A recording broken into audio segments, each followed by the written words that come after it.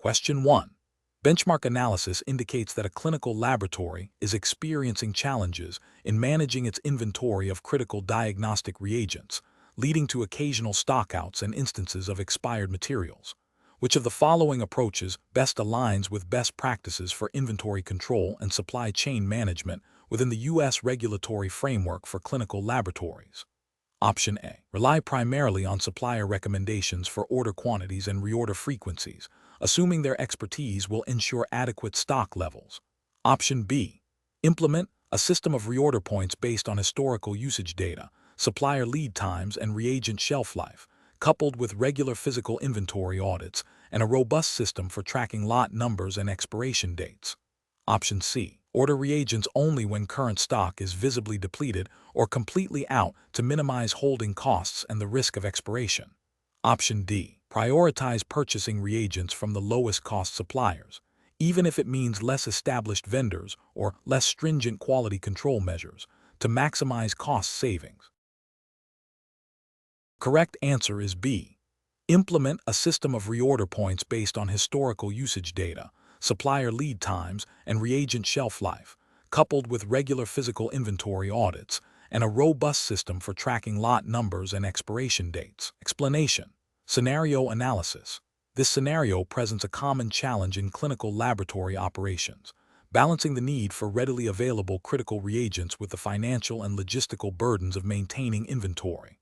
Overstocking leads to potential waste due to expiration, degradation, or obsolescence, tying up valuable capital.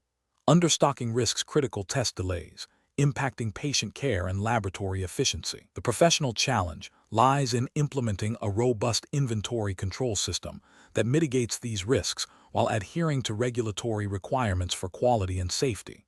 Correct approach analysis. The correct approach emphasizes a data-driven, risk-managed strategy for reagent inventory. This involves establishing reorder points based on historical usage data, lead times from suppliers, and shelf life considerations. It also incorporates regular inventory audits to verify stock levels and identify potential issues like expired or damaged items. This methodology aligns with best practices for laboratory management, ensuring that critical reagents are available when needed without excessive waste or financial strain. From a regulatory perspective, maintaining accurate inventory records and ensuring the quality and integrity of reagents are paramount to patient safety and reliable test results, as mandated by CLIA, Clinical Laboratory Improvement Amendments, regulations in the U.S., which govern laboratory quality and proficiency. This approach directly supports the laboratory's commitment to providing accurate and timely diagnostic information. Incorrect approach is analysis. One incorrect approach relies solely on supplier recommendations for stock levels. While suppliers have valuable information, their recommendations may not accurately reflect the specific usage patterns or storage capabilities of an individual laboratory. This can lead to overstocking or understocking, both of which are detrimental. Overstocking increases the risk of expiration and waste, violating principles of efficient resource management. Understocking can lead to critical shortages, potentially compromising patient care and violating CLIA requirement for timely reporting of test results. Another incorrect approach is to order reagents only when they are visibly low or completely out. This reactive strategy is highly prone to stockouts, leading to significant disruptions in testing. It fails to account for supplier lead times, potential shipping delays, or unexpected surges in demand. Such a failure to maintain adequate supplies directly contravenes the CLIA requirement for laboratories to operate in a manner that ensures the quality and timeliness of test results. It also represents a failure in professional due diligence regarding supply chain management. A third incorrect approach is to prioritize purchasing the cheapest available reagents regardless of supplier reliability or quality control.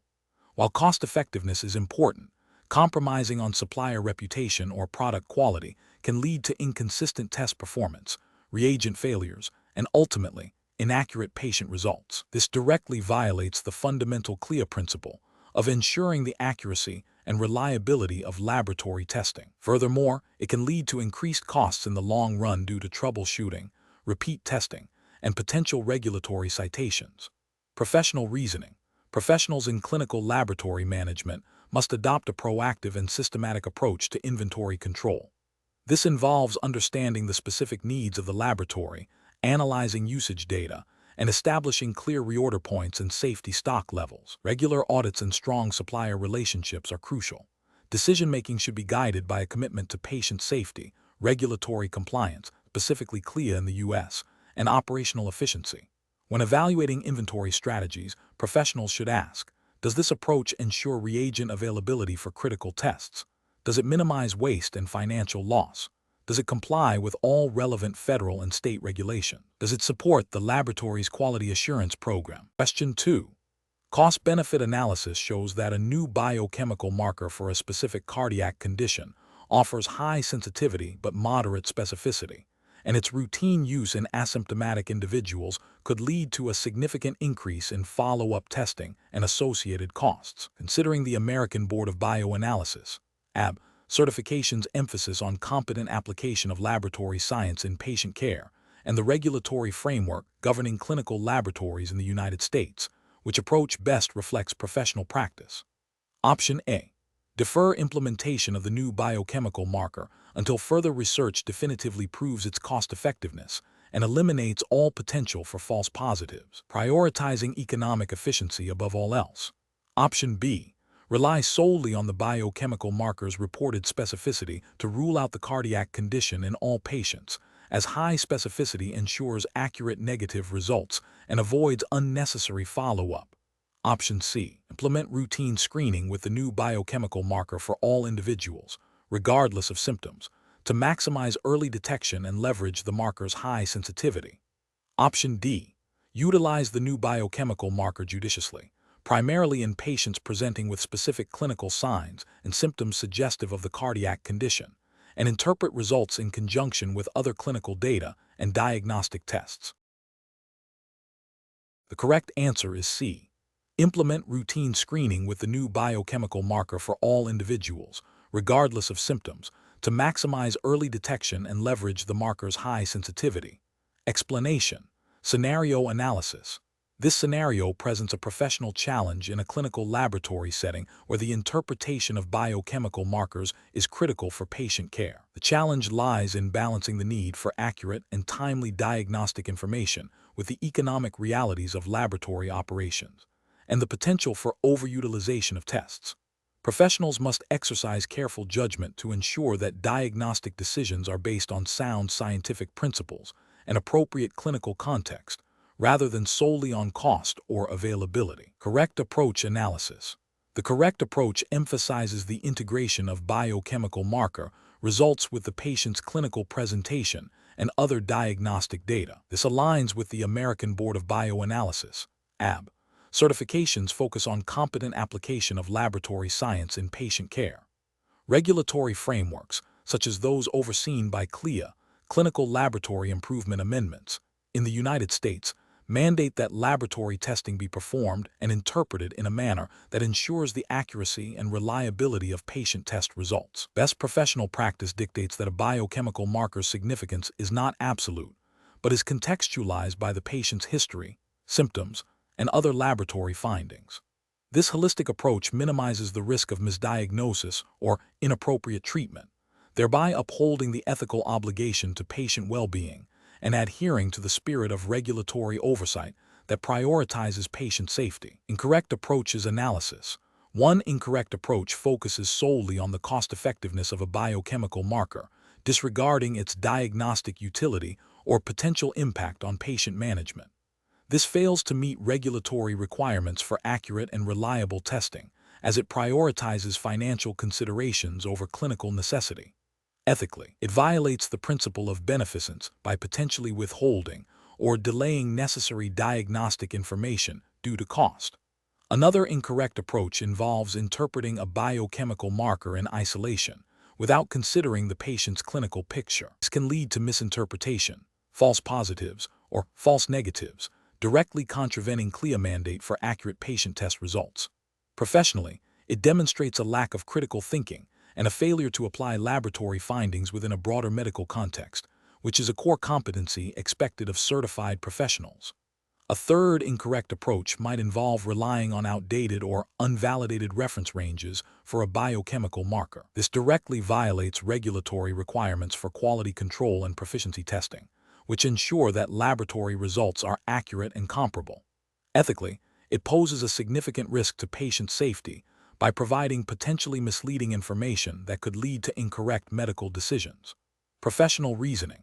Professionals should adopt a systematic decision-making process that begins with understanding the clinical question. This involves reviewing the patient's history and presenting symptoms. Next, the selection of appropriate biochemical markers should be guided by evidence-based guidelines and their known diagnostic and prognostic value. Upon receiving laboratory results, interpretation must be performed in conjunction with the clinical context. This involves comparing results to established reference ranges, considering potential interfering factors, and evaluating the marker's performance characteristics, sensitivity, specificity. Finally, communication of results and their clinical significance to the ordering physician is paramount, facilitating informed patient management. This iterative process ensures that laboratory data contributes meaningfully and safely to patient care, adhering to both regulatory mandates and ethical obligations. Question 3. Research into the performance of a spectrophotometer used for a critical diagnostic assay reveals a slight but consistent drift in absorbance readings over a 24-hour period, exceeding the manufacturer's recommended tolerance for routine operation. The technologist has confirmed the drift is not due to reagent issues or sample preparation errors. What is the most appropriate course of action to ensure the integrity of patient results? Option A. Document the drift and continue to report patient results, planning to address the instrument issue during the next scheduled maintenance. Option B. Immediately recalibrate the instrument and verify its performance with appropriate control materials before reporting any patient results. Option C. Immediately remove the instrument from service and inform the laboratory director of the issue without attempting any immediate corrective action. Option D. Report the patient results, assuming the drift is minor and unlikely to significantly impact diagnostic interpretation. The correct answer is B. Immediately recalibrate the instrument and verify its performance with appropriate control materials before reporting any patient results. Explanation. This scenario presents a professional challenge because it requires a clinical laboratory professional to interpret spectrophotometric data in the context of regulatory compliance and patient care, without relying on simple calculations. The challenge lies in understanding the implications of instrument drift and its potential impact on diagnostic accuracy, which directly affects patient treatment decisions. Careful judgment is required to balance the need for timely results with the imperative of maintaining instrument performance within acceptable limits as defined by regulatory bodies. The correct approach represents best professional practice because it prioritizes patient safety and regulatory adherence. By recognizing the potential for drift and initiating a recalibration and verification process, the technologist is proactively addressing a known source of analytical error. This aligns with the American Board of Bioanalysis, ABB, certification's emphasis on quality control and proficiency testing, which are mandated to ensure the reliability of laboratory results. The ABB's framework, implicitly, requires that all analytical procedures be performed on instruments that are functioning within established performance specifications, thereby guaranteeing the accuracy and precision of patient test results.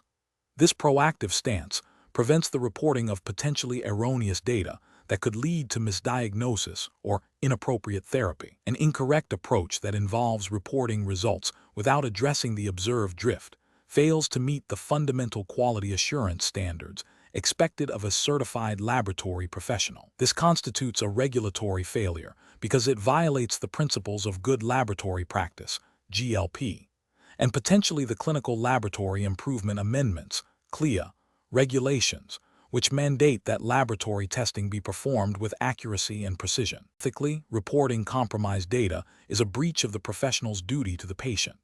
Another incorrect approach, such as assuming the drift is insignificant without verification, is also a regulatory and ethical failure.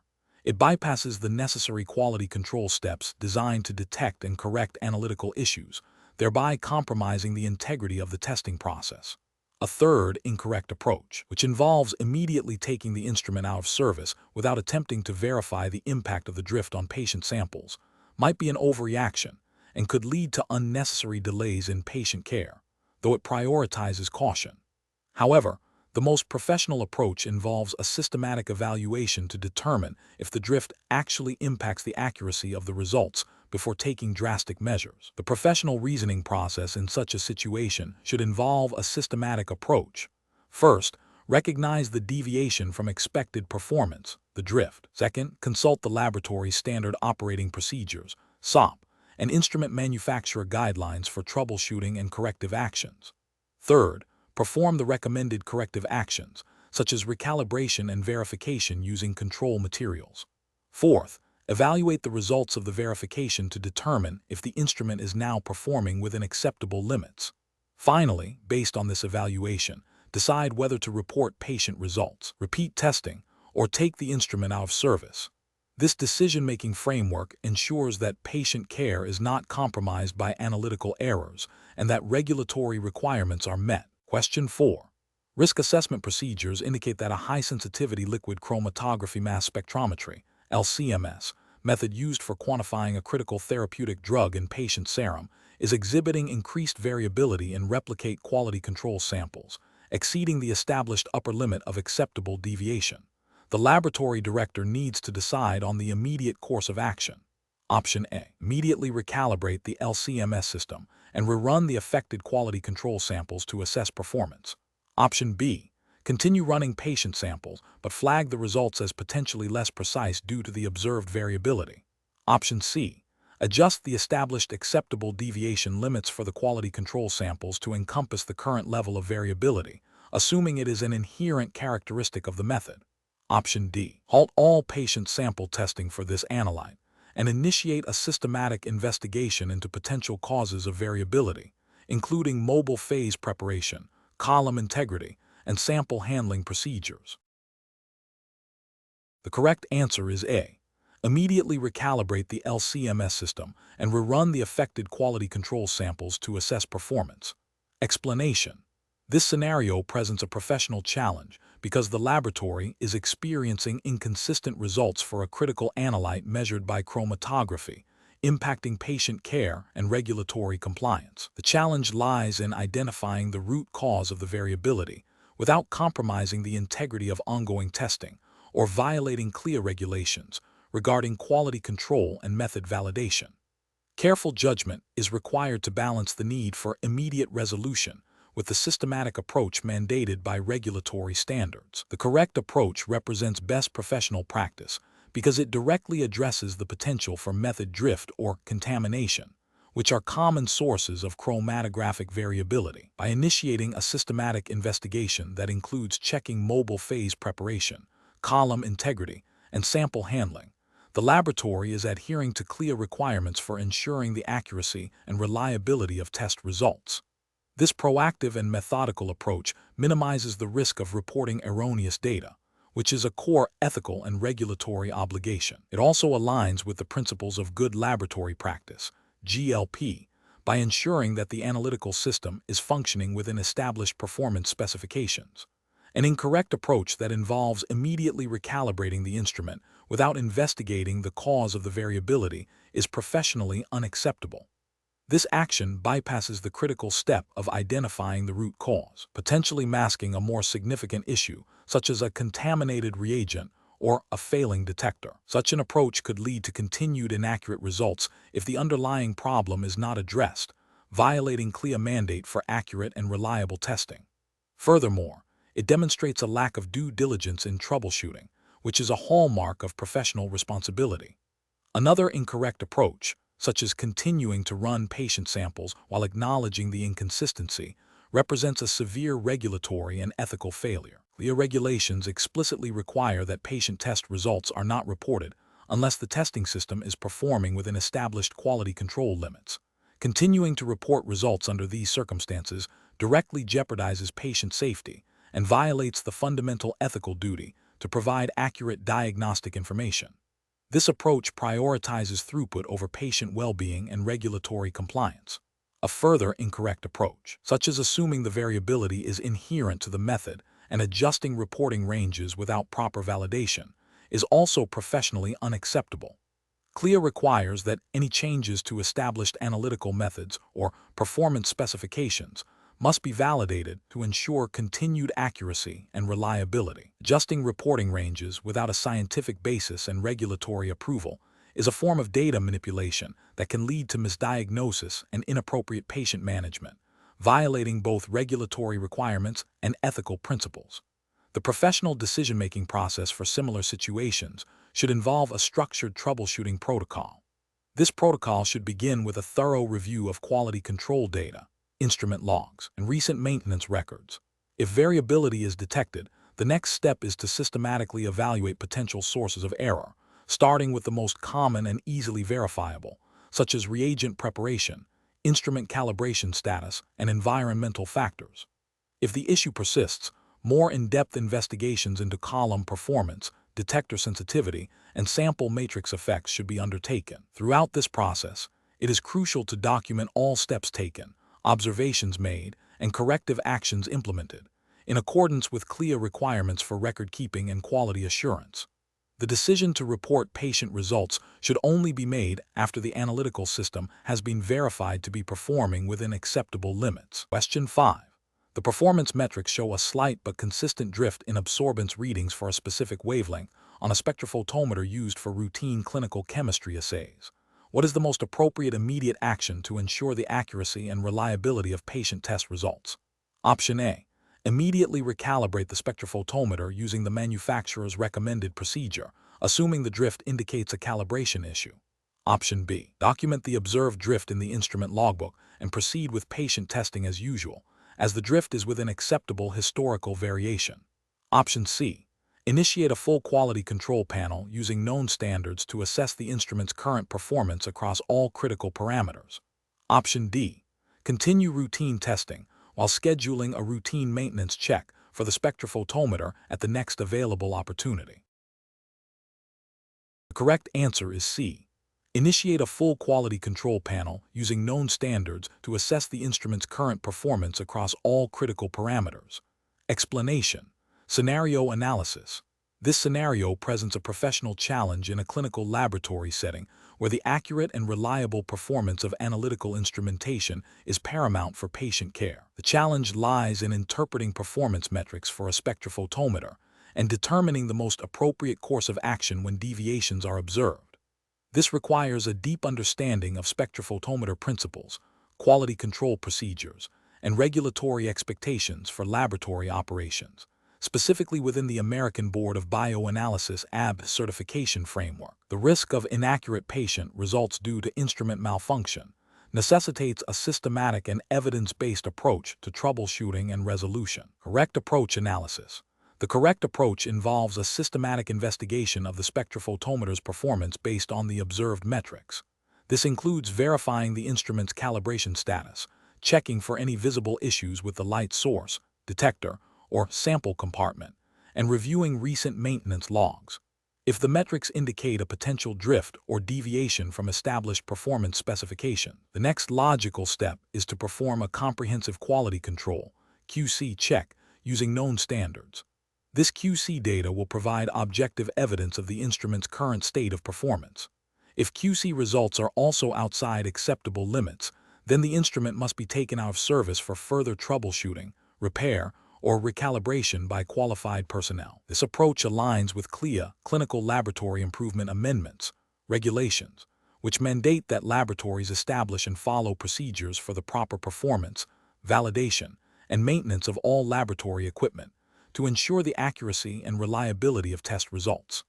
The ABB certification emphasizes competency in these areas, requiring certified professionals to understand and implement such quality assurance measures. Incorrect approaches analysis. Continuing to use the spectrophotometer without further investigation, despite performance metrics suggesting a potential issue, represents a significant regulatory and ethical failure. This directly violates CLIA requirements for ensuring the accuracy and reliability of test results. It also constitutes a breach of professional ethics, as it jeopardizes patient safety by potentially leading to erroneous diagnostic or therapeutic decisions. Ignoring the performance metrics or attributing them to minor, unverified fluctuations without proper QC testing is also unacceptable. This demonstrates a lack of diligence and a failure to adhere to established quality control protocols. Furthermore, attempting to troubleshoot or repair the instrument without proper training or authorization, or without following manufacturer guidelines, could lead to further instrument damage or inaccurate results, also constituting a regulatory and ethical lapse. Professional reasoning. Professionals in a clinical laboratory setting must adopt a risk-based decision-making process when evaluating instrument performance. This process begins with understanding the expected performance characteristics of the instrument and establishing clear performance specifications. When performance metrics deviate from these specifications, the immediate priority is to assess the potential impact on patient results. This involves a tiered approach. First, verify the data and the instrument's current operational status.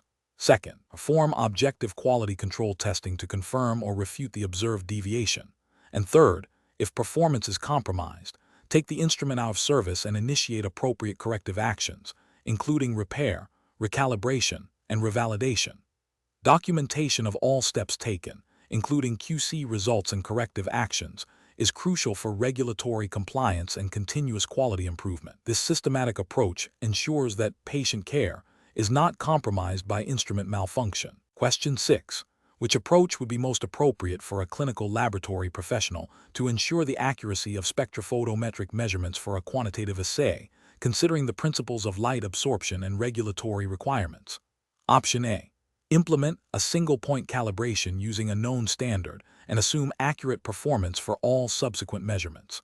Option B. Use a broad wavelength scan to assess the instrument's overall spectral output, disregarding specific linearity checks for the assay's target wavelength. Option C. Verify the linearity of the spectrophotometer's response across the expected analytical range and confirm its adherence to Beer-Lambert law principles through appropriate validation studies. Option D. Rely on the manufacturer's stated performance specifications for the spectrophotometer without conducting independent verification. The correct answer is C. Verify the linearity of the spectrophotometer's response across the expected analytical range and confirm its adherence to Beer-Lambert law principles through appropriate validation studies. Explanation.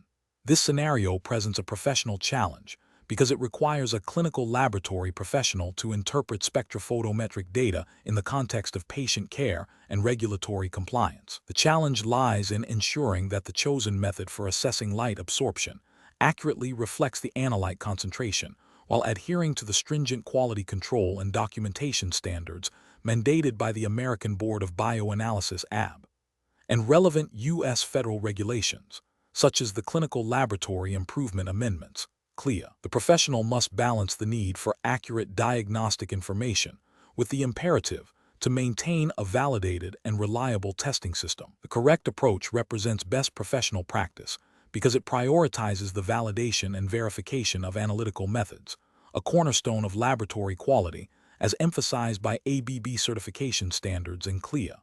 This involves confirming that the instrument's performance characteristics, specifically its adherence to Beer-Lambert law principles within the operational range, are established and documented. By ensuring the spectrophotometer is functioning optimally and its absorbance readings are linear and accurate across the expected concentration range, the professional guarantees the reliability of patient test results. This aligns with the ethical obligation to provide accurate and dependable diagnostic information and the regulatory requirement for laboratories to perform proficiency testing and quality control to ensure the accuracy and reliability of patient test results. An incorrect approach that relies solely on a single-point calibration without verifying linearity or assessing potential deviations from Beer-Lambert law at higher concentrations would be professionally unacceptable. This failure represents a significant regulatory and ethical lapse. It violates CLIA regulations requiring laboratories to establish and maintain quality control procedures that are adequate to ensure the accuracy and reliability of test results. Ethically, it compromises patient safety by potentially leading to inaccurate diagnoses and inappropriate treatment decisions. Another incorrect approach, such as assuming instrument performance based on manufacturer specifications without independent verification, also constitutes a regulatory and ethical failure. Laboratories are responsible for ensuring the performance of their equipment, not merely relying on external claims.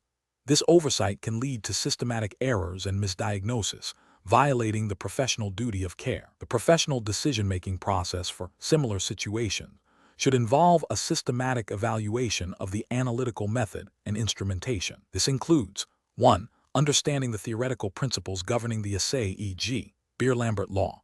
2. Verifying the linearity and range of the spectrophotometer's response. 3. Implementing robust quality control procedures to monitor performance over time.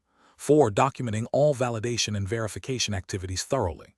5. Consulting relevant regulatory guidelines, e.g., CLIA, and professional standards, e.g., ABB, to ensure compliance. This structured approach ensures that patient results are generated using validated and reliable methods, upholding both professional integrity and regulatory mandates. Question 7. The review process indicates that the laboratory is consistently reporting individual lipid panel components without providing any contextualization for cardiovascular risk assessment, even when the results fall outside established optimal ranges. Which approach best optimizes the reporting of lipid profiles for cardiovascular risk assessment within the scope of American Board of Bioanalysis ABB certification? Option A. Report individual lipid components, their reference ranges, and highlight any values that are significantly outside the optimal ranges as defined by current cardiovascular risk assessment guidelines. Option B. Report individual lipid components, their reference ranges, and include a statement indicating that the interpretation of these values for cardiovascular risk assessment is the responsibility of the ordering physician. Option C. Report individual lipid components, their reference ranges, and provide a calculated cardiovascular risk score based on current clinical guidelines, if applicable and within the laboratory's scope of practice. Option D. Report individual lipid components and their reference ranges and ensure analytical accuracy and precision of the tests.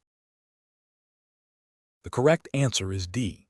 Report individual lipid components and their reference ranges and ensure analytical accuracy and precision of the tests. Explanation. The review process indicates a need to optimize the interpretation and reporting of lipid profiles for cardiovascular risk assessment within the context of American Board of Bioanalysis (ABB) certification. This scenario is professionally challenging because accurate interpretation of lipid profiles is crucial for patient management and prevention of cardiovascular disease. Yet the process can be influenced by various factors including analytical variability, patient preparation, and the evolving guidelines for risk stratification. Careful judgment is required to ensure that the reported results are not only analytically accurate, but also clinically relevant and appropriately contextualized for risk assessment. The correct approach represents best professional practice by emphasizing the integration of laboratory data with established clinical guidelines for cardiovascular risk assessment. This aligns with the professional responsibility of laboratory professionals to provide information that directly supports patient care and public health initiatives. Specifically, adherence to current guidelines, such as those from the National Cholesterol Education Program, NCEP, or the American Heart Association, AHA/American College of Cardiology, AC, ensures that the lipid profile results are interpreted within a standardized framework for determining an individual's risk of developing cardiovascular disease. This approach prioritizes patient safety and effective clinical decision-making by providing a consistent and evidence-based interpretation of laboratory findings. An incorrect approach that relies solely on the numerical values of lipid components without considering established risk stratification algorithms or patient-specific factors fails to meet the professional standards expected of a certified bioanalyst. This could lead to underestimation or overestimation of cardiovascular risk, potentially resulting in delayed or inappropriate medical interventions. Another incorrect approach that ignores potential analytical interferences or pre-analytical variables, e.g., fasting status, compromises the reliability of the reported results, rendering them clinically useless or misleading. Furthermore, an approach that does not stay abreast of updated guidelines or recommendations from relevant professional bodies represents a failure to maintain professional competence and a disregard for the dynamic nature of medical science and practice. Such failures can have serious ethical implications, as they can directly impact patient outcomes. Professionals should employ a decision-making framework that begins with ensuring the analytical integrity of the lipid profile. This includes verifying that the laboratory is following appropriate quality control procedures and that the patient's sample was collected and handled correctly. Subsequently, the laboratory professional must be knowledgeable about the current clinical guidelines for cardiovascular risk assessment and understand how to apply these guidelines to the reported lipid values. This involves recognizing the importance of factors beyond just LDL cholesterol, such as HDL cholesterol, triglycerides, and non-HDL cholesterol, as well as considering other risk factors, e.g., age, blood pressure, smoking status, diabetes, as outlined in the guidelines.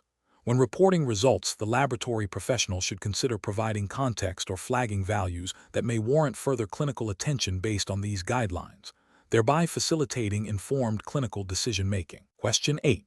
The analysis reveals that a clinical laboratory technologist notices that a critical quality control sample for a patient assay is outside the acceptable range. The technologist has been trained on the laboratory's standard operating procedures for handling such deviations. Which of the following actions best represents adherence to the regulatory framework governing clinical laboratory practice in the United States?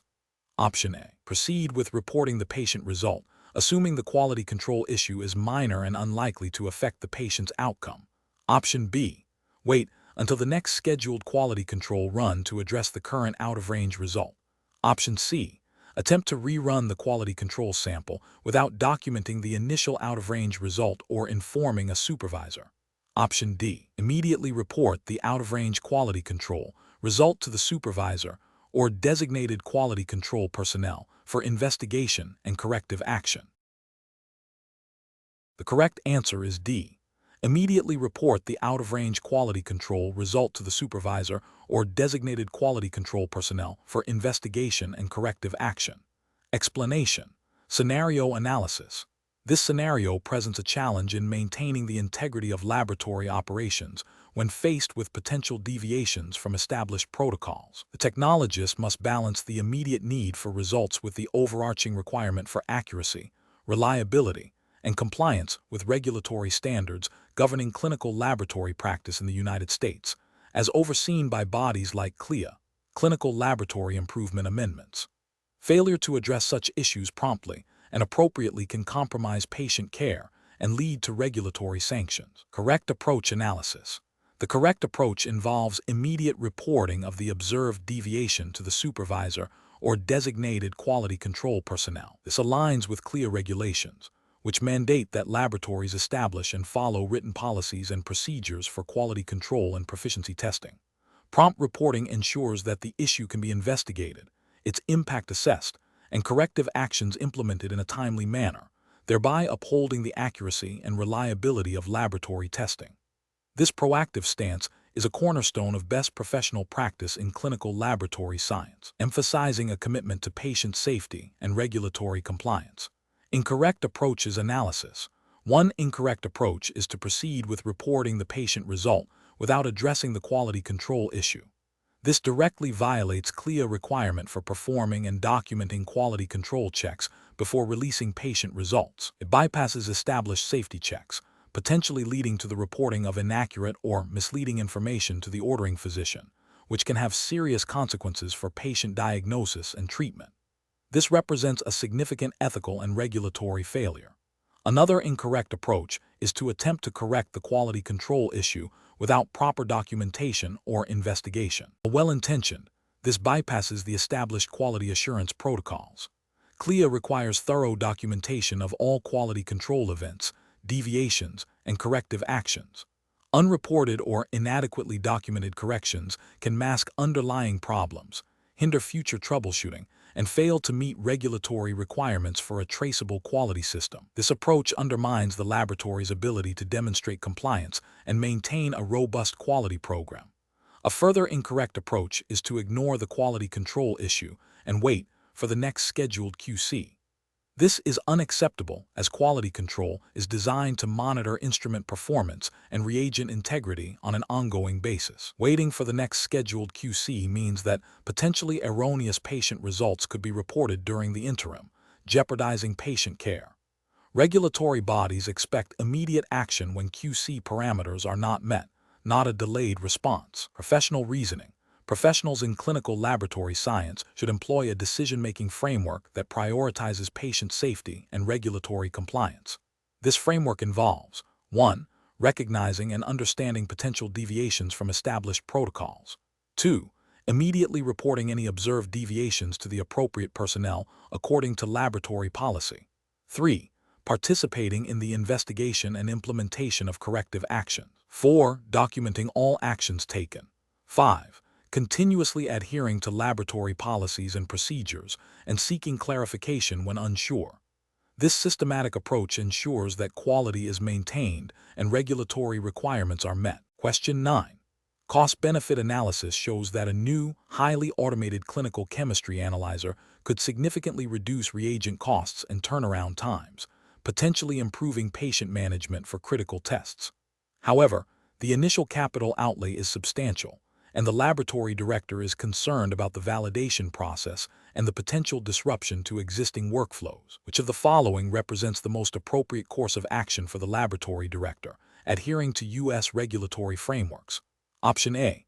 Immediately purchase the new analyzer and implement it, relying primarily on the manufacturer's performance specifications and assuming it will meet CLIA requirements without extensive independent validation. Option B. Implement the new analyzer for non-critical tests first, and only consider validation for critical tests if the initial rollout proves successful and cost savings are realized. Option C. Proceed with the purchase and implementation of the new analyzer after a comprehensive validation study that includes analytical performance verification, comparison with the existing method, and establishment of new quality control procedures, ensuring all steps comply with CLIA regulations. Option D. Delay the purchase indefinitely due to the high initial cost, opting to continue with the current, less efficient analyzer to avoid any financial risk or implementation challenges. The correct answer is C. Proceed with the purchase and implementation of the new analyzer after a comprehensive validation study that includes analytical performance verification, comparison with the existing method, and establishment of new quality control procedures, ensuring all steps comply with CLIA regulations. Explanation. This scenario presents a professional challenge because it requires balancing the potential for improved patient care and diagnostic accuracy with the financial implications of implementing new technology. The laboratory director must consider not only the direct costs of a new analyzer, but also the indirect costs associated with training, validation, and potential downtime.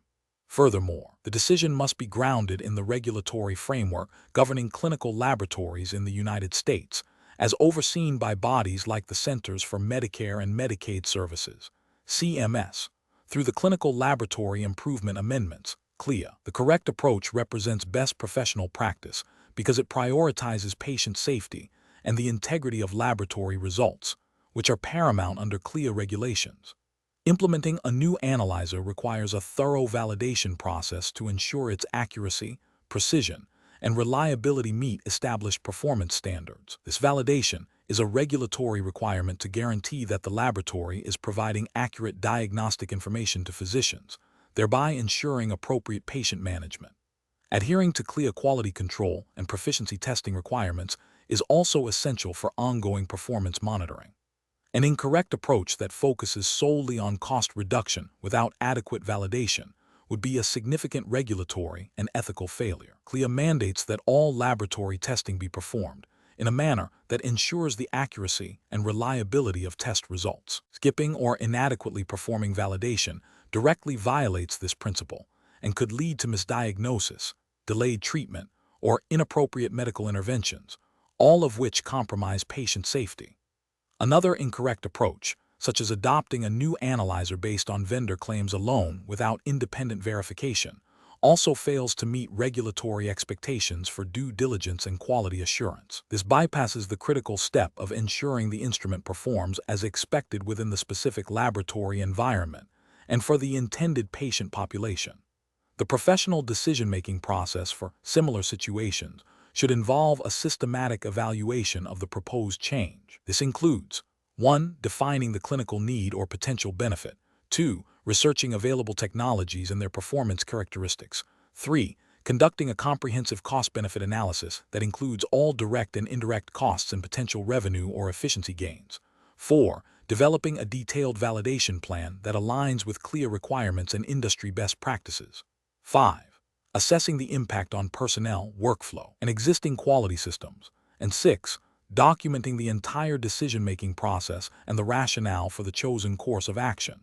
This structured approach ensures that decisions are evidence-based, compliant with regulations, and ultimately serve the best interest of patient care. Question 10. The risk matrix shows a moderate likelihood of a critical error occurring during a new complex immunoassay validation due to insufficient staff training on the specific instrument and reagents. Which of the following actions best addresses this identified risk while adhering to regulatory requirements? Option A. Implement a mandatory, hands-on training program with competency assessment for all staff involved in the assay validation before full implementation. Option B. Delay the entire validation process indefinitely until a comprehensive external training program can be secured. Option C. Proceed with the validation as scheduled, assuming existing general laboratory training is sufficient for the new instrument and reagents. Option D. Provide supplementary written training materials and expect staff to independently review and apply the information to the new assay. The correct answer is A. Implement a mandatory hands-on training program with competency assessment for all staff involved in the assay validation before full implementation. Explanation. The risk matrix shows a moderate likelihood of a critical error occurring during a new complex immunoassay validation due to insufficient staff training on the specific instrument and reagents. This scenario is professionally challenging because it requires balancing the urgency of implementing a new test with the imperative of ensuring patient safety and regulatory compliance. The laboratory director must make a judgment call that prioritizes quality and safety without unduly delaying essential diagnostic services. The correct approach represents best professional practice because it directly addresses the identified risk through a proactive and documented mitigation strategy. Implementing a mandatory hands-on training program with competency assessment before full assay implementation aligns with the principles of good laboratory practice, GLP, and the CLIA 88 regulations, which mandate that personnel must be qualified and competent to perform the tests they are assigned. This approach ensures that staff have the necessary skills and knowledge to operate the instrument and interpret results accurately, thereby minimizing the risk of errors and protecting patient care.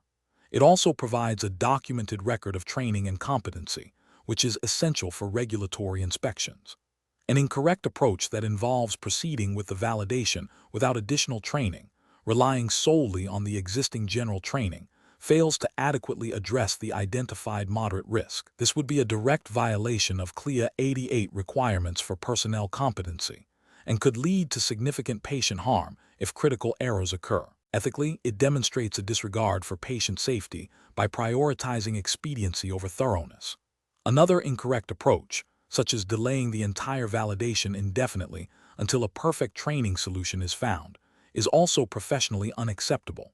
While caution is warranted, an indefinite delay without a clear plan for mitigation is not a practical or responsible solution. It could impede patient care by withholding a necessary diagnostic test and may not be justifiable under CLIA 88, which expects laboratories to implement and validate new tests in a timely manner, provided appropriate quality measures are in place.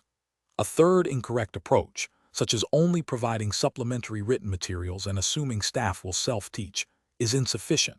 Written materials alone do not guarantee competency, especially for complex instrumentation. This approach fails to meet the GLP and CLIA 88 standard for ensuring personnel can perform tests accurately and reliably, as it lacks a mechanism for direct observation and assessment of practical skills.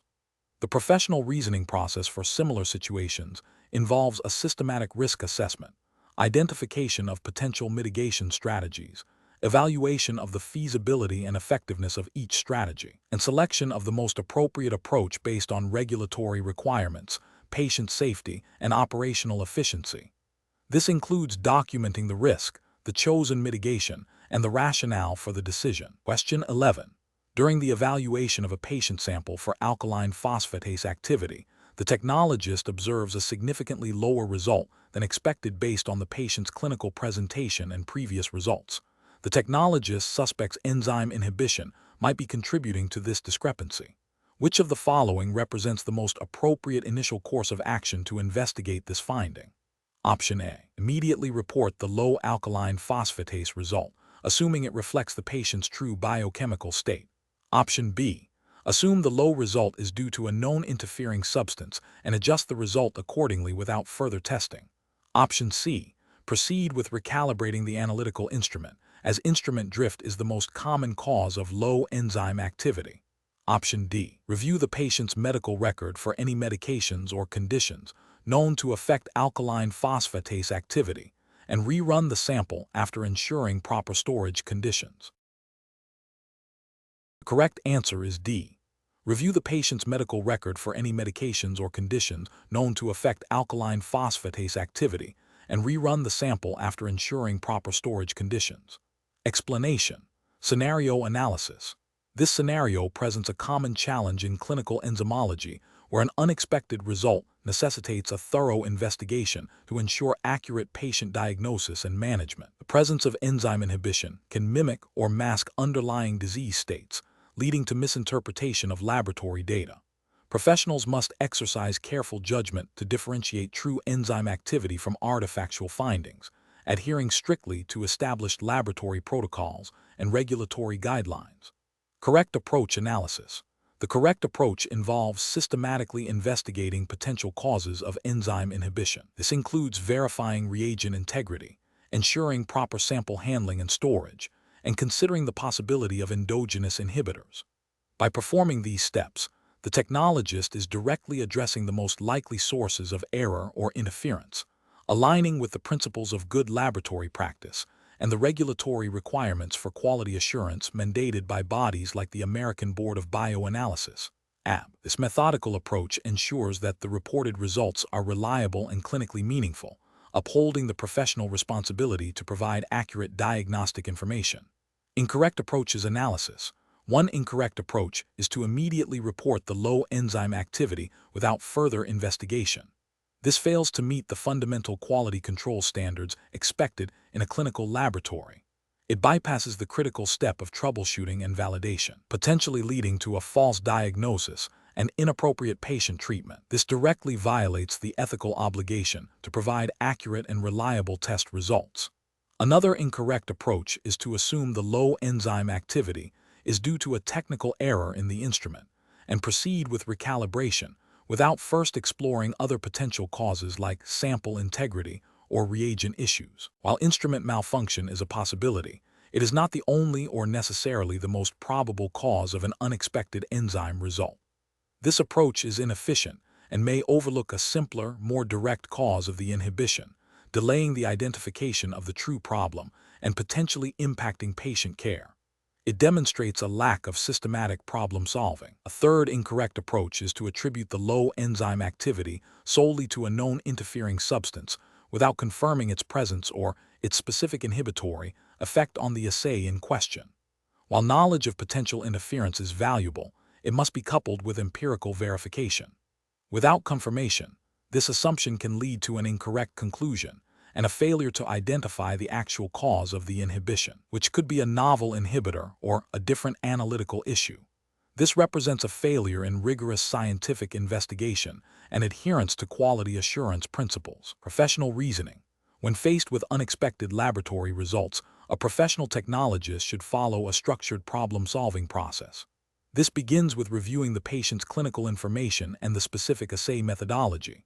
The next step is to systematically evaluate potential sources of error, starting with pre-analytical factors, sample collection, handling, storage, then analytical factors, reagents, instrument performance, and finally considering biological interference, endogenous inhibitors.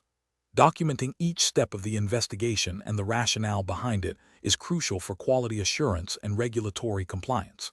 If the cause cannot be identified through standard troubleshooting, consultation with laboratory management or a supervisor is warranted. Question 12. Stakeholder feedback indicates that a significant number of patients presenting with symptoms suggestive of myocardial infarction are showing borderline elevated levels of creatine kinase MB, CKMB activity, with some results fluctuating between normal and elevated ranges within a short period. The laboratory is experiencing an increase in physician inquiries regarding the reliability of these results. Option A. Report all borderline CKMB results as initially obtained, advising physicians to consider clinical correlation and repeat testing at a later time. Option B. Immediately discontinue CKMB testing and switch to a different cardiac marker without further investigation into the current assay's performance. Option C. Document the borderline results and inform physicians that the laboratory is experiencing technical difficulties with the CKMB assay, suggesting they send samples to an external reference laboratory. Option D. Implement a reflex testing protocol for CKMB that includes testing for macro-CK and utilizing an assay with higher specificity for myocardial tissue, and ensure all staff are retrained on the interpretation of borderline results in the context of potential interferences. The correct answer is D. Implement a reflex testing protocol for CKMB that includes testing for macro-CK and utilizing an assay with higher specificity for myocardial tissue, and ensure all staff are retrained on the interpretation of borderline results in the context of potential interferences. Explanation. The scenario presents a challenge in clinical enzyme assay interpretation due to potential interference, requiring the laboratory professional to ensure the accuracy and reliability of patient results. This is professionally challenging because the integrity of diagnostic information directly impacts patient care and treatment decisions. The laboratory must maintain high standards of quality assurance and adhere to regulatory requirements to prevent misdiagnosis or inappropriate therapy. The correct approach represents best professional practice because it prioritizes patient safety and regulatory compliance. By investigating the discrepancy through a systematic process that includes retesting with alternative methods or controls, the laboratory professional is upholding the principles of good laboratory practice and the requirements of regulatory bodies like the American Board of Bioanalysis (ABB), which emphasizes the need for accurate and reliable testing. This proactive investigation ensures that any observed abnormalities are genuine and not artifacts of the testing process, aligning with the ethical obligation to provide trustworthy diagnostic data. An incorrect approach that involves immediately reporting the initial abnormal result without further investigation fails to meet the standards of quality control and assurance mandated by regulatory frameworks. This could lead to patient harm if the abnormal result is a false positive or a false negative due to interference. Another incorrect approach, such as dismissing the abnormal result as a laboratory error without proper investigation, also violates professional responsibility. It bypasses the critical step of identifying the root cause of the discrepancy, which could be a systematic issue requiring correction. Furthermore, failing to document the investigation and resolution process is a direct violation of laboratory record-keeping requirements and hinders quality improvement efforts. Professional decision-making in such situations requires a systematic approach. First, recognize the discrepancy and its potential impact. Second, consult established laboratory protocols and manufacturer guidelines for troubleshooting. Third, implement appropriate investigative steps, such as using orthogonal methods or specific interference-blocking reagents. Fourth, document all findings and actions taken. And finally, communicate any significant findings or changes to the ordering physician. This structured process ensures that decisions are evidence-based, compliant with regulations, and focused on patient well-being. Question 13. The evaluation methodology shows a laboratory director considering several approaches to optimize a newly implemented quantitative immunoassay. Which approach best ensures the continued accuracy and reliability of patient test results in compliance with federal regulations? Option A. Implementing changes based solely on reducing reagent costs without re-evaluating assay performance characteristics.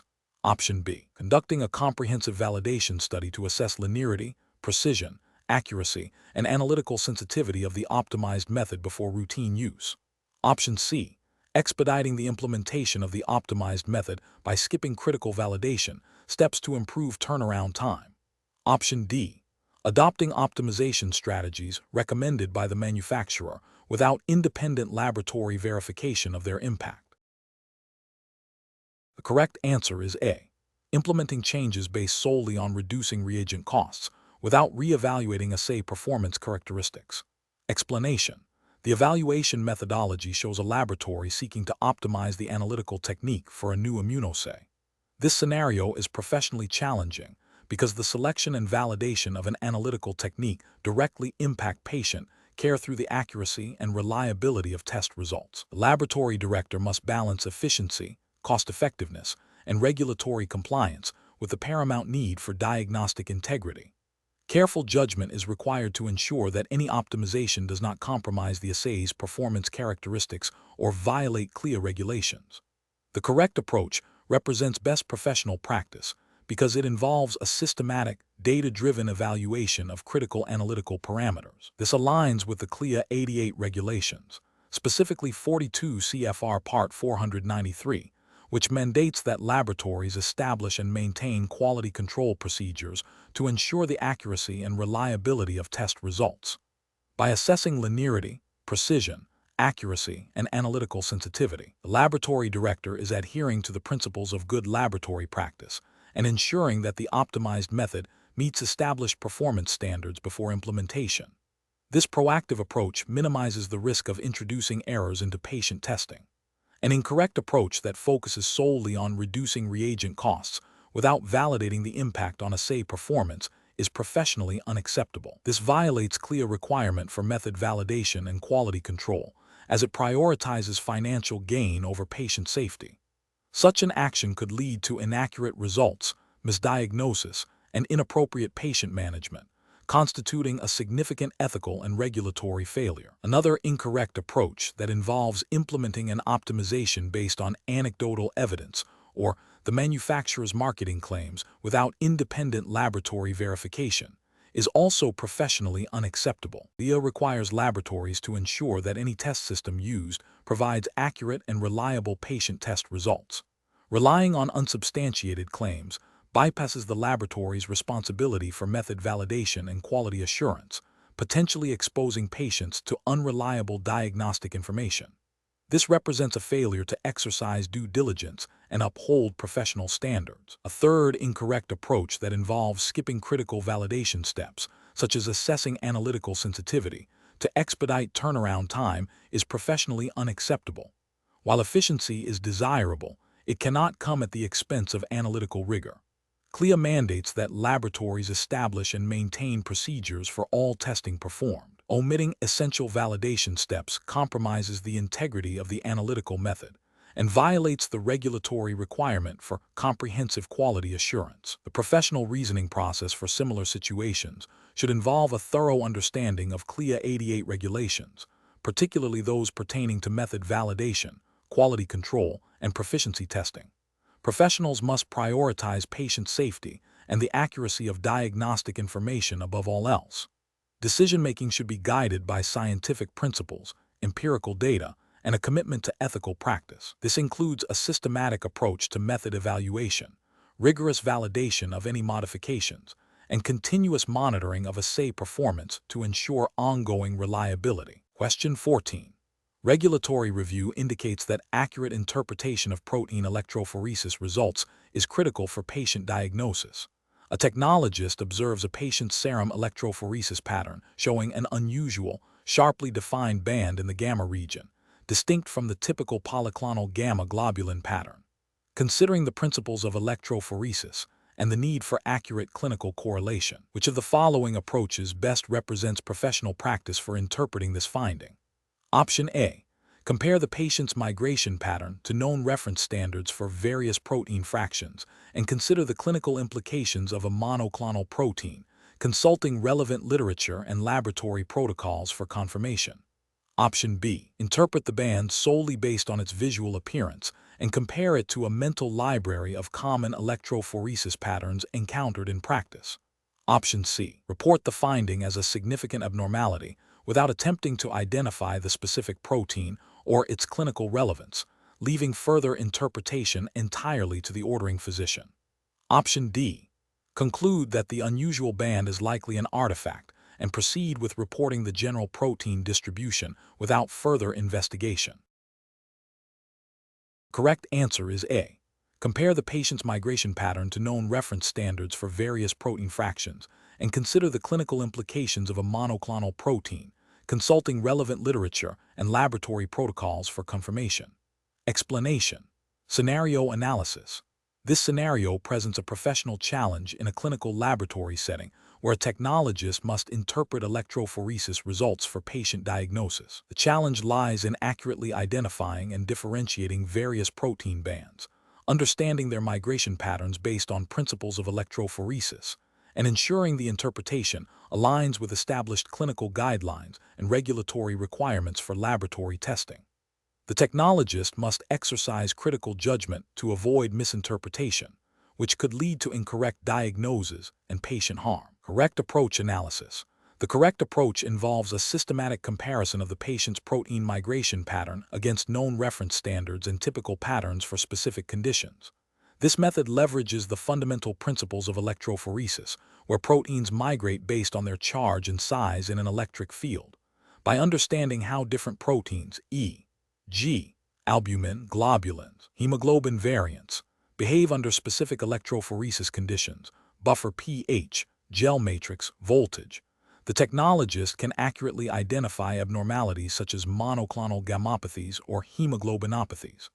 This approach is best professional practice because it directly applies the scientific principles of electrophoresis to the clinical data, ensuring accurate and reliable results. It aligns with the regulatory framework of the American Board of Bioanalysis (ABB), which emphasizes competency in performing and interpreting laboratory tests, ensuring patient safety and quality of care.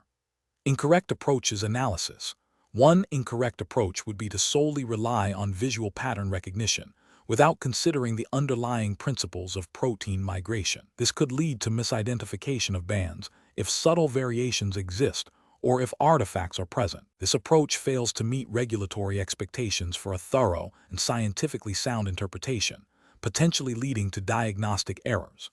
Another incorrect approach would be to interpret results based on anecdotal experience or information from non-validated sources. This deviates from established laboratory protocols and best practices, which are often informed by regulatory guidelines. Such an approach lacks the rigor required for clinical decision-making and poses a significant ethical and regulatory risk. A third incorrect approach would be to focus only on the presence or absence of specific bands without considering their relative concentrations or migration distances. Electrophoresis interpretation often relies on the quantitative and qualitative assessment of multiple bands. Ignoring these aspects can lead to overlooking critical diagnostic information and failing to meet the standards of care expected in a regulated laboratory environment. Professional reasoning. Professionals should approach electrophoresis interpretation by first understanding the specific type of electrophoresis performed and the expected migration patterns of relevant analytes. This involves consulting validated laboratory protocols and reference materials. The technologist should then systematically compare the patient's results to these standards, considering factors such as band position, intensity, and morphology. Any discrepancies or unusual findings should be investigated further, potentially involving repeat testing or consultation with a supervisor or pathologist. This systematic, principle-based approach ensures accuracy, reliability, and compliance with regulatory requirements, ultimately safeguarding patient well-being. Question 15.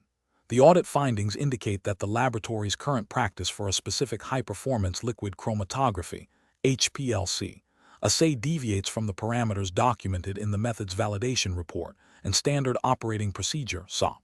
Specifically, the mobile phase composition is being prepared with a slightly different ratio than originally validated, and this change has not been formally revalidated or incorporated into the SOP.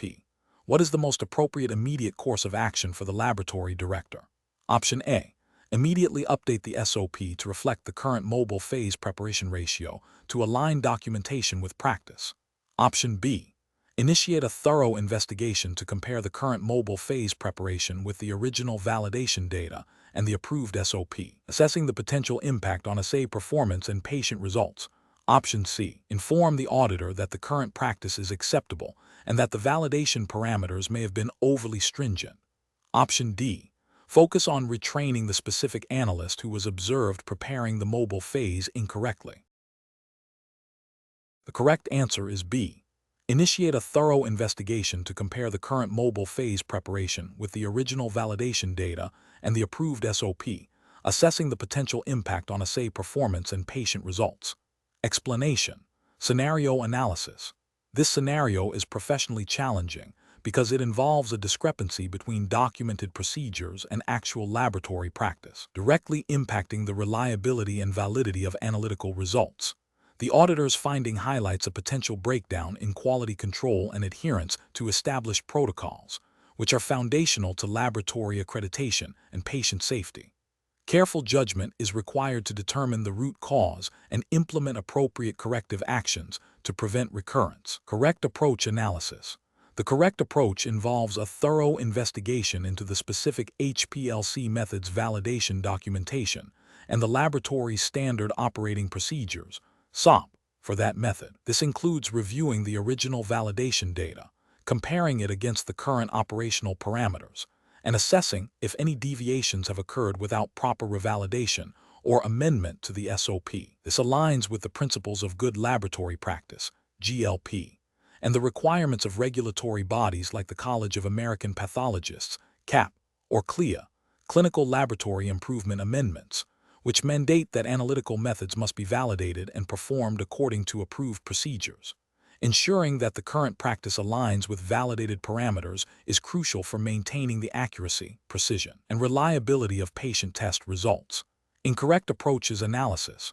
One incorrect approach is to immediately assume the auditor is incorrect and dismiss the finding without investigation.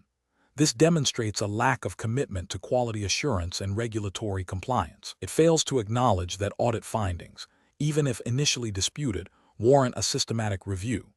This approach could lead to continued non-compliance and potential disciplinary action from accrediting bodies. Another incorrect approach is to simply update the SOP to reflect the current practice without investigating the impact of the deviation on the method's performance. This is a superficial fix that does not address the underlying issue of performing analyses outside of validated parameters. It bypasses the critical step of ensuring the method's continued accuracy and precision, potentially leading to erroneous patient results and violating regulatory requirements for method validation and ongoing quality control. A third incorrect approach is to blame the analyst performing the test without a comprehensive review of the SOP, validation data, and instrument maintenance. While individual performance is a factor, a systemic issue within the laboratory's quality system is often the root cause of such discrepancies.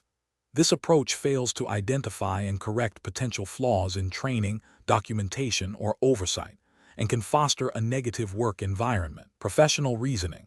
Professionals should approach such situations with a commitment to scientific integrity and regulatory compliance. The decision-making process should involve 1. Acknowledging and documenting the audit finding. 2. Initiating a formal investigation to identify the root cause, involving a review of all relevant documentation, SOP, validation reports, instrument logs, and direct observation of the process. 3. Evaluating the impact of any identified deviations on patient results. 4. Implementing corrective and preventative actions, COPPA, based on the investigation's findings, which may include revalidation, SOP revision, retraining, or instrument calibration. 5. Documenting all actions taken and communicating them to relevant stakeholders. Question 16. System analysis indicates a potential discrepancy in the documented training and competency assessment records for several laboratory technologists performing complex molecular assays. The laboratory director is concerned about potential noncompliance with CLIA regulations and CAP accreditation standards. Which of the following actions represents the most appropriate and compliant response? Option A. Initiate a comprehensive review of all training records and competency assessments for personnel involved in molecular assay performance, comparing them against current CLIA requirements and CAP guidelines, and implement necessary retraining or reassessment. Option B. Wait for a specific deficiency report from CLIA or CAP regarding personnel qualifications before taking any action. Option C. Assume that the existing training records are adequate, as the technologists have been performing these assays for an extended period without reported issues. Option D. Inform the lead technologist in the molecular department to conduct a quick verbal check of their team's understanding of the assays. The correct answer is A. Initiate a comprehensive review of all training records and competency assessments for personnel involved in molecular assay performance, comparing them against current CLIA requirements and CAP guidelines, and implement necessary retraining or reassessment. Explanation. Scenario analysis. This scenario presents a common challenge in clinical laboratory management, balancing the need for efficient workflow with the stringent requirements of regulatory compliance. The laboratory director must ensure that all personnel are adequately trained and competent to perform the tests assigned to them, as mandated by CLIA and further emphasized by accreditation bodies like CAP. Failure to do so can lead to inaccurate patient results, patient harm, and significant regulatory penalties. The challenge lies in identifying and rectifying potential gaps in training and competency assessment without disrupting essential laboratory operations. Correct approach analysis. The correct approach involves a systematic review of existing training records and competency assessments against current CLIA regulations and CAP requirements. This proactive measure ensures that all personnel have received appropriate training for the tests they perform and that their competency has been objectively assessed. CLIA mandates that personnel must have the necessary education, training, and experience to perform tests and report results accurately. CAP, as a CLIA-approved accrediting organization, has equally rigorous standards for personnel qualifications and competency. By initiating a comprehensive review, the laboratory director demonstrates a commitment to regulatory compliance and patient safety, identifying potential deficiencies before they are discovered during an inspection. This approach aligns with the principle of continuous quality improvement and proactive risk management. Incorrect approaches analysis. One incorrect approach involves assuming that existing training records are sufficient without verification. This overlooks the possibility of outdated training materials, incomplete documentation, or changes in testing methodologies that may not have been adequately addressed. CLIA and CAP require documented evidence of training and competency, and an assumption is not a substitute for verification. This approach risks non-compliance and potential citation during an inspection. Another incorrect approach is to only address the issue if a specific complaint or deficiency is reported. This reactive stance is contrary to best professional practice and regulatory expectations. Regulatory bodies expect laboratories to have robust quality management systems in place to prevent errors and ensure compliance, not to wait for problems to arise. Waiting for a complaint or deficiency indicates a failure in proactive quality assurance and can lead to more severe consequences, including patient harm and significant penalties. A third incorrect approach is to delegate the entire responsibility to individual technologists without direct oversight or a structured review process. While technologists are responsible for performing tests competently, the laboratory director holds ultimate accountability for ensuring that the laboratory operates in compliance with all applicable regulations. This delegation without a clear oversight mechanism can lead to inconsistencies in training and competency assessment across different individuals and departments, increasing the risk of non-compliance. Professional reasoning. Professionals in laboratory management must adopt a proactive and systematic approach to regulatory compliance. This involves understanding the specific requirements of CLIA, CAP, and other relevant bodies, and implementing quality management systems that ensure ongoing adherence. When potential issues are identified, a thorough investigation and corrective action plan are essential. This includes documenting all steps taken, verifying the effectiveness of corrective actions, and ensuring that lessons learned are integrated into future practices. The decision-making process should prioritize patient safety and regulatory integrity above all else. Question 17. Implementation of a new reagent lot for a critical enzyme assay in a clinical chemistry laboratory necessitates a review of established enzyme kinetic parameters, considering the potential for subtle variations in reagent composition and their impact on enzyme saturation and reaction velocity. Which of the following actions best reflects adherence to regulatory requirements and best professional practice for ensuring assay accuracy? Option A. Rely solely on the instrument manufacturer's provided reference values for Vmax and Km without internal verification. Option B. Continue using previously established Vmax and Km values without reevaluation, assuming consistency across reagent lots. Option C. Assume Vmax and Km are constant and do not require reevaluation regardless of reagent lot changes or instrument maintenance. Option D. Reevaluate and potentially redetermine Vmax and Km values for the enzyme assay using the new reagent lot and current instrument calibration. The correct answer is D. Reevaluate and potentially redetermine Vmax and Km values for the enzyme assay using the new reagent lot and current instrument calibration. Explanation. Scenario analysis.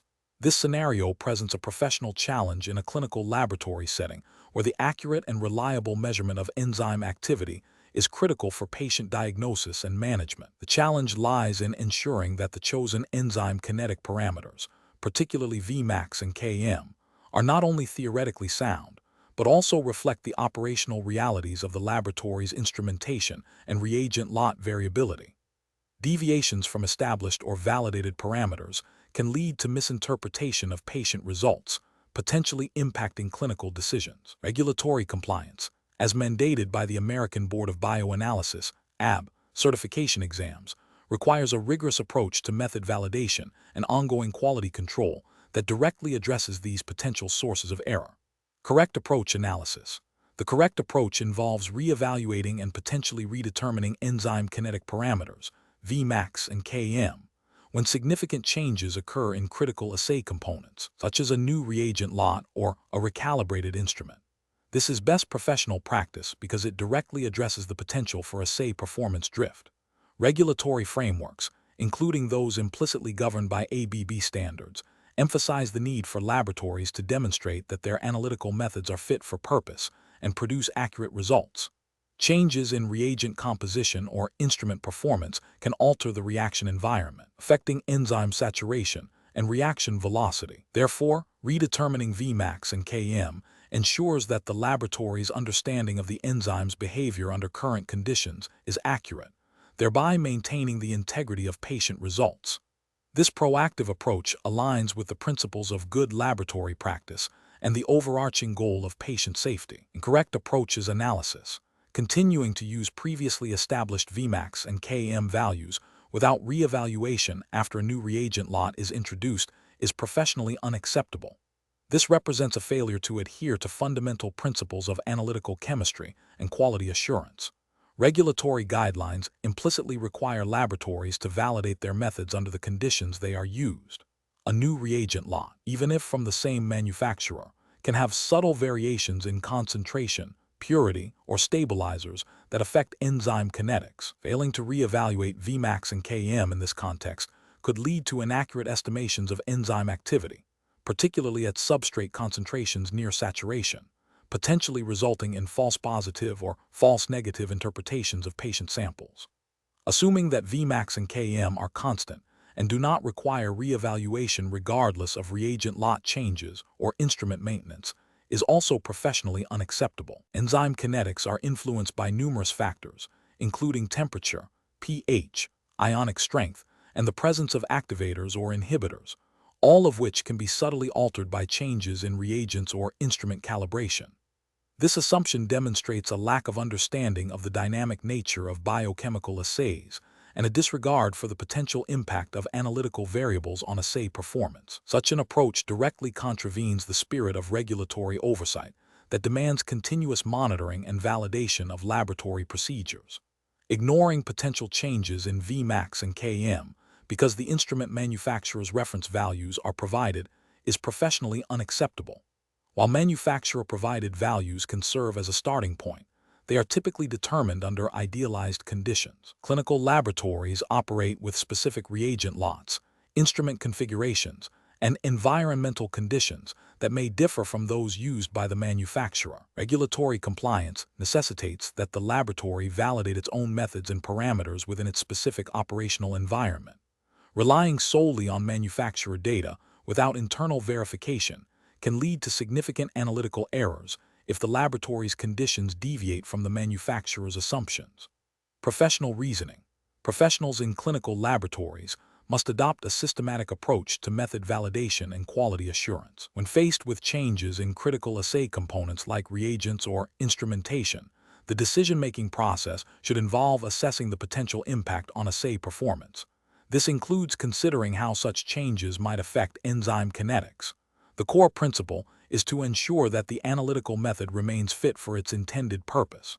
Therefore, a prudent professional would initiate a re-evaluation of kinetic parameters if there is a reasonable expectation that the changes could influence enzyme behavior. This proactive stance, grounded in scientific principles and regulatory expectations, is essential for maintaining the accuracy and reliability of laboratory results and ultimately safeguarding patient care. Question 18.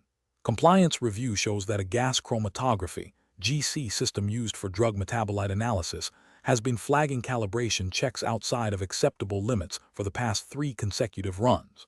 The technologist, under pressure to process a backlog of patient samples, considers bypassing the recalibration procedure and proceeding with sample analysis, reasoning that the previous calibration was recent and the deviations are minor. What is the most appropriate course of action for the technologist? Option A. Use historical data from previous successful calibrations to interpret the current sample results, assuming the instrument is still within acceptable performance parameters. Option B. Adjust the acceptable limits for the calibration checks in the instrument's software to accommodate the current deviations and proceed with sample analysis. Option C. Proceed with analyzing patient samples, documenting the calibration deviations and planning to recalibrate after the current workload is completed. Option D.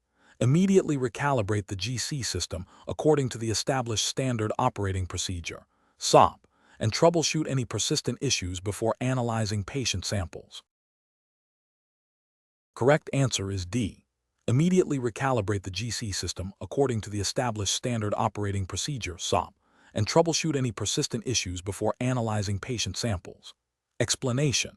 This scenario presents a professional challenge because it involves a potential conflict between maintaining laboratory efficiency and ensuring the accuracy and reliability of patient test results, which are paramount in clinical diagnostics. The technologist is faced with a situation where a deviation from standard operating procedure, SOP, might seem like a quick fix but could compromise data integrity.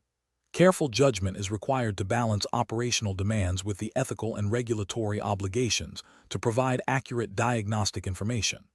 The correct approach represents best professional practice because it prioritizes patient safety and regulatory compliance. By adhering to the established SOP for GC calibration and troubleshooting, the technologist ensures that the instrument is functioning optimally and that the generated data is reliable.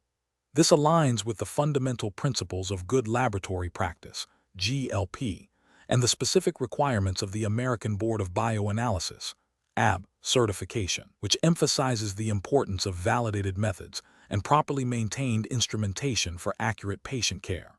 Following the SOP also demonstrates a commitment to quality control and a proactive approach to identifying and resolving potential issues before they impact patient results. An incorrect approach that involves proceeding with patient sample analysis without proper calibration or troubleshooting would represent a significant regulatory and ethical failure. This would violate the principles of GLP and potentially the CLIA 88 regulations, if applicable in the U.S. context, which is the assumed jurisdiction for ABB exams, by generating results from an unvalidated or improperly functioning instrument. Ethically, it compromises the technologist's duty to provide accurate diagnostic information, potentially leading to misdiagnosis or inappropriate patient management.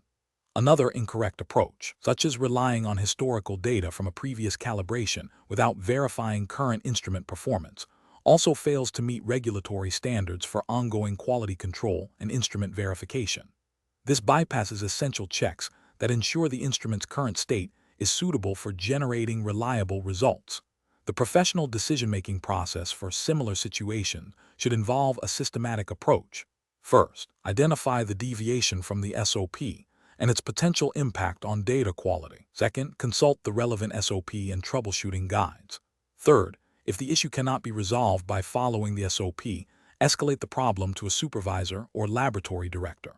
Fourth, prioritize patient safety and data integrity above all else, meaning that patient samples should not be analyzed until the instrument is confirmed to be functioning correctly and producing reliable results. This framework ensures that decisions are evidence-based, compliant with regulations, and ethically sound. Question 19. The risk matrix shows an increased likelihood of inconsistent results for a specific drug assay performed using thin-layer chromatography, TLC, due to observed variations in spot intensity and migration patterns across multiple runs. The laboratory is accredited by the American Board of Bioanalysis, ABB. What is the most appropriate immediate course of action to address this analytical concern?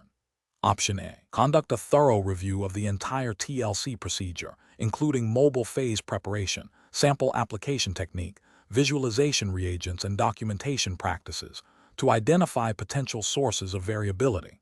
Option B. Immediately discontinue the use of the TLC method for this assay and transition to a different analytical technique. Option C. Rerun the affected samples immediately without further investigation to see if the results are more consistent on the next attempt. Option D. Accept the observed variability as inherent to the qualitative nature of TLC and proceed with reporting the results as is. Correct answer is A. Conduct a thorough review of the entire TLC procedure, including mobile phase preparation, sample application technique, visualization reagents, and documentation practices to identify potential sources of variability. Explanation. This scenario presents a professional challenge because it requires a laboratory to maintain the integrity and accuracy of analytical results obtained through thin-layer chromatography, TLC, while operating under the stringent requirements of the American Board of Bioanalysis, ABB certification. The core of the challenge lies in ensuring that the TLC method, a qualitative or semi-quantitative technique, is validated and performed in a manner that meets regulatory expectations for reliability and reproducibility, especially when used for critical diagnostic or monitoring purposes. Careful judgment is required to interpret the observed variability and implement appropriate corrective actions without compromising patient care or regulatory compliance. The correct approach represents best professional practice because it directly addresses the observed variability by initiating a systematic investigation into potential sources of error. This aligns with the ABB's emphasis on quality control, method validation, and continuous improvement. By performing a thorough review of the TLC procedure, including mobile phase preparation, sample application, visualization techniques, and documentation, the laboratory is proactively identifying and mitigating risks to analytical accuracy. This systematic approach ensures that any deviations are understood and corrected, thereby maintaining the reliability of the TLC results and upholding the laboratory's commitment to accurate patient reporting. A fundamental ethical and regulatory obligation. An incorrect approach that involves simply rerunning the samples without investigating the cause of the variability fails to address the root of the problem. This could lead to repeated inaccurate results if the underlying issue persists, violating the regulatory requirement for reliable testing and potentially leading to misdiagnosis or inappropriate treatment. Another incorrect approach, such as accepting the variable results without further investigation due to the perceived qualitative nature of TLC, demonstrates a disregard for the principles of analytical accuracy and quality assurance mandated by the ABB. This can result in a breach of professional responsibility and regulatory noncompliance. Furthermore, immediately discarding the TLC method and switching to a different analytical technique without a proper root cause analysis of the TLC issues would be premature and potentially wasteful, failing to leverage the existing method's capabilities and not addressing the underlying procedural or technical deficiencies. The professional reasoning process for similar situations should involve a structured problem-solving approach. When unexpected variability is observed, the professional should first acknowledge the deviation and its potential impact. Next, a comprehensive review of the analytical process, from sample handling to data interpretation, should be conducted.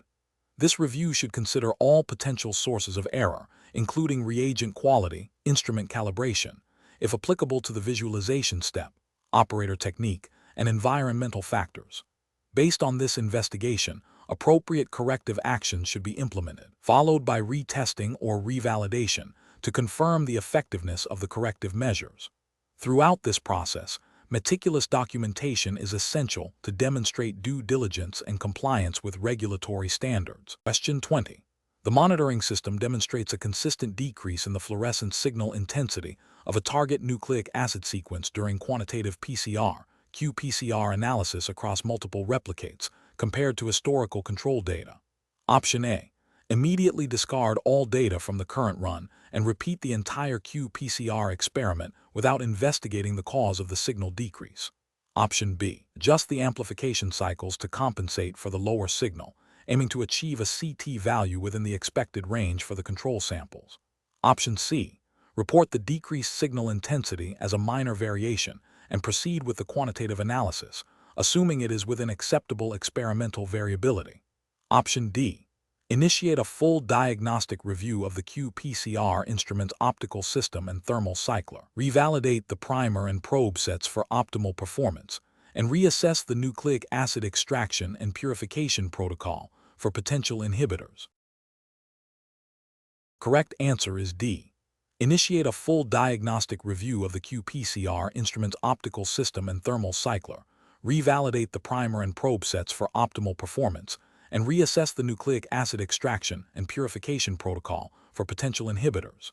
Explanation: the monitoring system demonstrates a deviation in the expected signal intensity for a specific protein marker during a Western blot analysis. This scenario is professionally challenging because it requires the technologist to interpret a potentially ambiguous result, consider multiple sources of error, and determine the appropriate course of action to ensure the validity and reliability of the laboratory data. The American Board of Bioanalysis, ABB certification, emphasizes the importance of quality control and adherence to established protocols to maintain the integrity of diagnostic testing. The correct approach involves systematically troubleshooting the observed deviation by reviewing the entire experimental process, from sample preparation to detection. This includes verifying reagent quality, confirming instrument calibration, and re-evaluating procedural steps. This methodical approach aligns with the CLIA 88 regulations, which mandate that laboratories establish and follow quality control procedures to ensure the accuracy and reliability of test results. Specifically, CLIA requires proficiency testing, quality control checks, and corrective action when test systems do not perform as expected.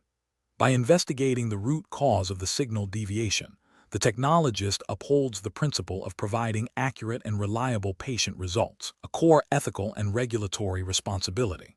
An incorrect approach would be to immediately disregard the observed deviation without proper investigation. This could involve assuming the deviation is insignificant and proceeding with data reporting, or attributing it solely to a random error without evidence. Such actions would violate CLIA regulations by failing to implement adequate quality control measures and potentially reporting inaccurate results. Another incorrect approach would be to alter the experimental parameters or data analysis without a clear understanding of the cause of the deviation, which could introduce bias and compromise the integrity of the results. This bypasses the established quality assurance framework designed to prevent such issues. The professional decision-making process in such situations should follow a structured troubleshooting protocol. First, acknowledge and document the deviation. Second, consult the Laboratory Standard Operating Procedures (SOP) for troubleshooting specific assay issues. Third, systematically investigate potential sources of error, starting with the most common or likely causes. Fourth, if the cause cannot be identified or resolved, consult with a supervisor or senior technologist. Finally, document all troubleshooting steps and the final resolution, ensuring that any reported results are based on validated and reliable data.